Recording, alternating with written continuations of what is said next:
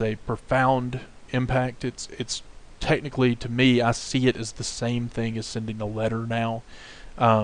People do email to get the same response they would get by sending someone a well-crafted letter. Although one of the big dangers of online marketing is that people do email badly. So don't do that. But email is a great thing to do. So where would you start? Let's say that you're just started in business, or you've been in business for 5 years, but you have never had a website. You have no content. You have no backlinks. You've not started anything. Maybe you have a Facebook account that you just use for personal things. And you've never done any sort of website at all to even track and see what kind of movement you were getting out of your keywords. So where would you start? Like, what's the first step? And the answer to that's actually pretty simple. First step is going to be doing keyword research. Now, the reason why that should be your first step is because you don't want to rank unnecessarily for things that no one is searching for, because that completely defeats the purpose. Furthermore, if you go out there and you create content to rank yourself either on purpose or inadvertently for terms that you will not make any money with, it can actually be counterproductive to your efforts, meaning you might go up for a term that no one searches for and down for the search term that would have made you money. But all content creation should begin, if it's done correctly, it should begin with keyword research, and that's marketing content. Like if you're doing content to be helpful to your customers, that's a completely different thing.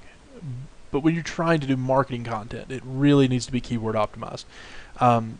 Honestly, your keyword research will probably take up 50% of the time that you spend in writing a marketing article if it's done correctly.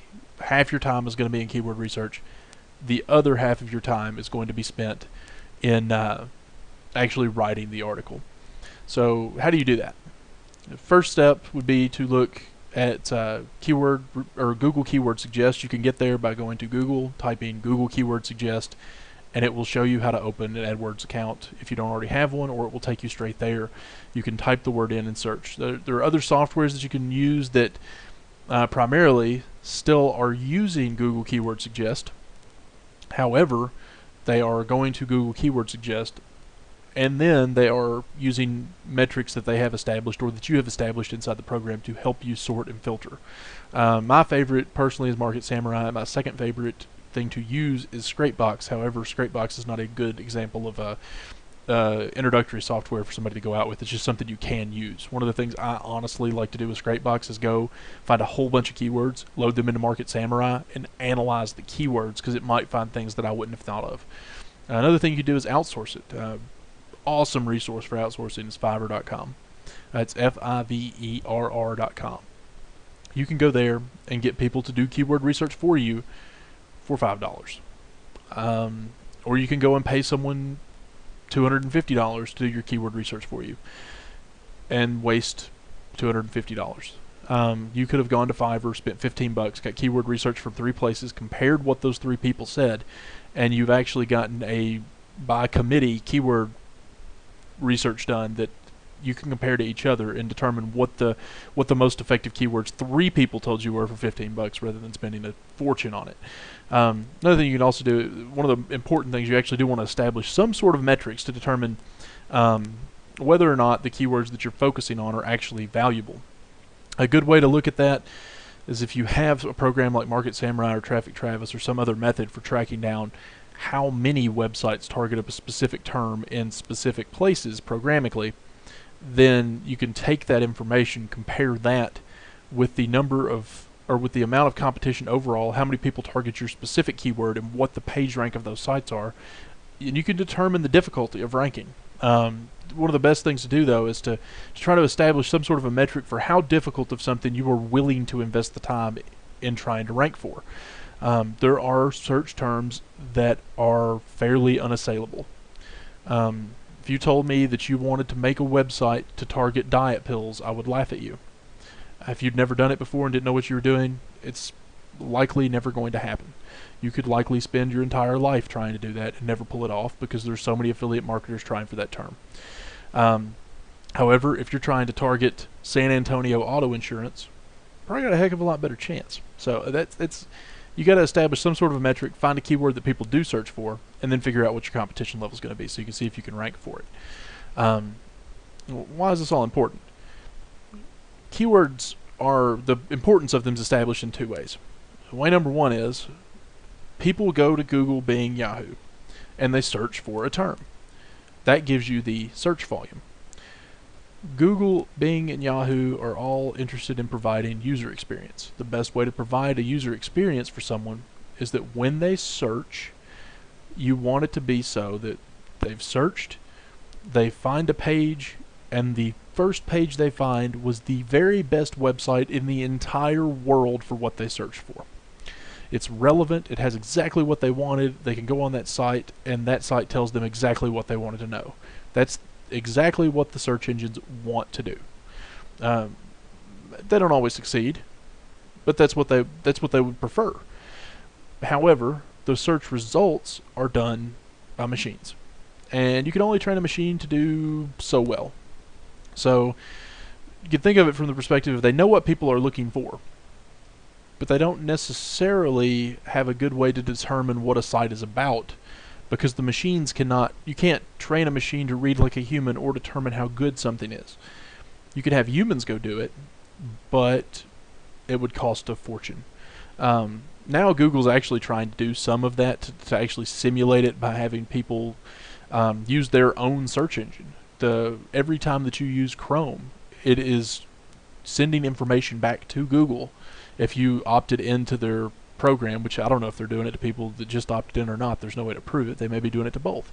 But if you opted in, they're using what your actions were when you were using their web browser to determine the search engine results for other human beings by tracking it and using it as a metric. And the same thing is being done by Internet Explorer. It wouldn't surprise me if the same thing was being done with Firefox and every other browser that there is. Nothing like that ever surprises me. But as for right now, machines are reading it.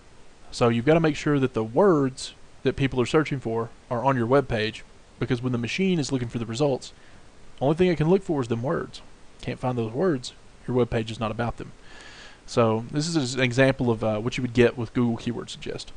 Now, I did a search for Tennessee Medicare. You can see that Tennessee Medicare has 3,600 searches a month, which in my view makes it a keyword that is worth targeting. The metrics that I prefer using is that something has search volume to provide in position 1 up to 25 clicks a day. That's what I look for. I've targeted things that I'm even only anticipating 1 or 2 clicks a day. I've targeted things before where I thought I might get 3 clicks a month. To some degree, you do have to base this off of anticipated commission levels when you're talking about insurance or with any product. It's how much you anticipate that you're actually going to make when you do that. So if you've got a term that's for something like dental insurance where you're going to make almost nothing, you would not necessarily want to target something where the search volume is this low, or vice versa. That's an easy way. The second thing you want to look for, you want to target buying terms. Cigna Government Services, highly vulnerable. Gets almost enough searches to get 50 or so clicks a day. If you got lucky there, you can divide that by 30 and you can see how many searches a day. Top position normally gets 30% of the clicks. So that's the easy way to figure it out. So you take that formula, 5,400, divide 5,400 by 30, you end up with somewhere around 200 searches a day, multiply times 30%, roughly 60, a little bit under 60 clicks you could anticipate in position 1. But is the person searching for Cigna Government Services going to buy anything? The answer to that question is probably not. Probably not in that one either, which is, again, is Cigna Government Services. For some reason, Google is showing that one twice. It's because this one's a misspelling. Then you've got Medicare Region B, Region A, Medicare pay increase. Your health plan, that one actually might be worth targeting, but there's no way to know for sure without seeing what already ranks for it. TennCare, terrible term. It's that term is specifically about Medicaid, and people, and this is, I mean, not to sound like a bad person for saying it, but the people that are primarily searching for TennCare are looking to sign up for the government program for TennCare and are very unlikely to be purchasing private insurance, which is why 33,000 searches, but almost no competition. Even the PPC ad's higher than I would think that it should be. The only reason that I could justify a PPC ad being $2 a click for this term is because it's being purchased by lead vendors and being used to convert into leads to sell to insurance agents, and they're competing over it. There's no justifiable reason for this to be a $2 a click term. This is a search that I've reversed it and showed you what not to target. Like, you might think Medicare gap insurance comparison. That sounds like a buying term. No one is searching for it. Competition's huge. Medicare replacement plans. No one is searching for it. Competition is huge. Medicare for dummies. Competition's mediocre, but no one's searching for it. So the only time that you would ever want to target something no one's searching for now is if you think that there is a high likelihood that in the future someone is going to search for it. And you want to cement a position. Otherwise is utterly pointless. You don't want to do it. The only reason that you would want to do it, like I said, is if you foresee a likelihood of it coming in the future, or if it's a term that you have a special interest in, even though it's not being searched very many times. You want to catch all of it. Otherwise, it's not a good expenditure of your time for marketing efforts. Now, the best place to start, if you've not got anything, I don't have a website, I don't have a blog, I don't have anything. Best place to start easily is by blogging. And the reason I say that, I can say it so confidently, is that what blogging does for you is allows you to create content. And the content that you create, if you do it correctly, is targeting keywords that you wanted. And if you're doing that part of it correctly and you're creating it on a schedule, you're using the keywords you wanted, you're getting links to yourself, you're establishing a web page that in the future Google is probably already paying attention to. You've already written your content, so when you want to change that page, the content's already there. You don't have to redo it. All you do is move the content into new places. You build a page around your content. The writing of content, correctly targeting keywords, and getting the site to rank is infinitely harder than building a pretty website. Building a pretty website involves either going and buying a pretty template and sticking your things into it.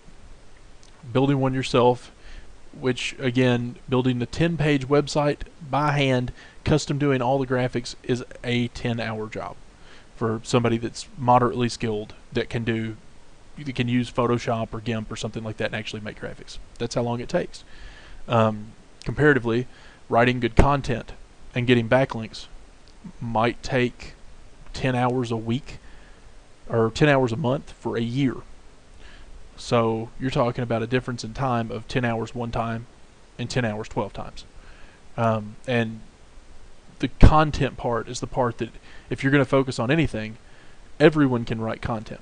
The importance is that any content that you do write, you want to use your keywords correctly, meaning you get your keywords from doing some research. You're going to spend as much time as you need until you believe that you have found a keyword that is worth targeting. You're going to put that keyword in your title of your article. You're going to put it in the H1 heading. You're going to put it in the description of the article. You're going to make tags in the article using it for WordPress. You're going to make your WordPress tags have that keyword in them.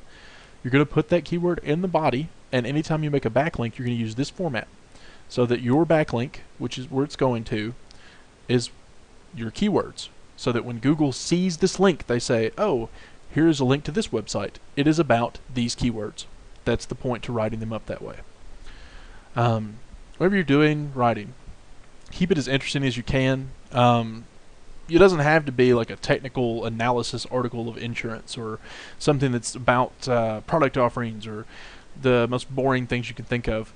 I was doing the live webinar. We had a technical issue, so my audio didn't get recorded. But one of my favorite bloggers out there is a guy that I've read several of his blog articles because I find them amusing. He's on the insurance forums as Chumps from Oxford. His name is Ed, and I, for the life of me, can't think of his last name now. At least I remembered his name. Earlier, I couldn't even remember that.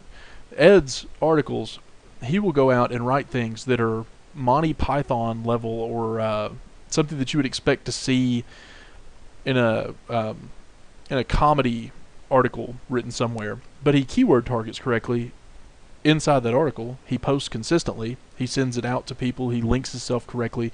So he does all the correct things with it. And he probably gets more success out of doing that than a lot of people get writing technical articles, because their technical articles are boring and no one wants to read them. You can write beautiful technical articles about all kinds of aspects of insurance, but the reality is that most people are not interested in that. People unmonitored, when they're going on the internet and reading things, with the vast majority of people want to know how something works and how it relates to them. And if you can condense that down and make it entertaining, great. If you can't make it entertaining, probably not going to read it again. But unless it's an educational resource of some sort that has some value to them, where they might need to reference that later. So there is a difference between a reference article and a marketing piece. But in most marketing articles, you're better off being entertaining than you are being technical. Being overly technical makes people not really care what you say. It just bores them. So this is an example, just a quick news post I did on my own website. You see, this is WordPress. This is my title. Here I've got a permalink, and in my WordPress I've got the settings set so that my permalinks are the date and the title, not the page equal to tag, because Google does and Bing does read the URL as part of the keyword decision. So you want the keywords to be there. You want the keywords to be here. You want the keywords in your tags. You want the keywords in your article, and you want the keywords in your header.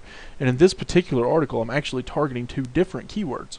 I'm targeting Tennessee Medicare, and I'm targeting Medicare annual election period. My hope is that by targeting them both, because this is a blog post, I don't expect to get a lot of direct visits or indexing on Google highly for the term Tennessee Medicare off of a blog post. But when I backlink this, I can backlink it for both of those. I can also backlink it toward my main site, and I can backlink my main site for Tennessee Medicare, or I can backlink my main site for annual election period, and I can backlink this article for that, and it's relevant to everything, so Google sees it all as being relevant. Also, it allows me to, and this is a custom thing, this is actually an add-on. You can download it for the plugins for WordPress. It's called WordPress to Twitter.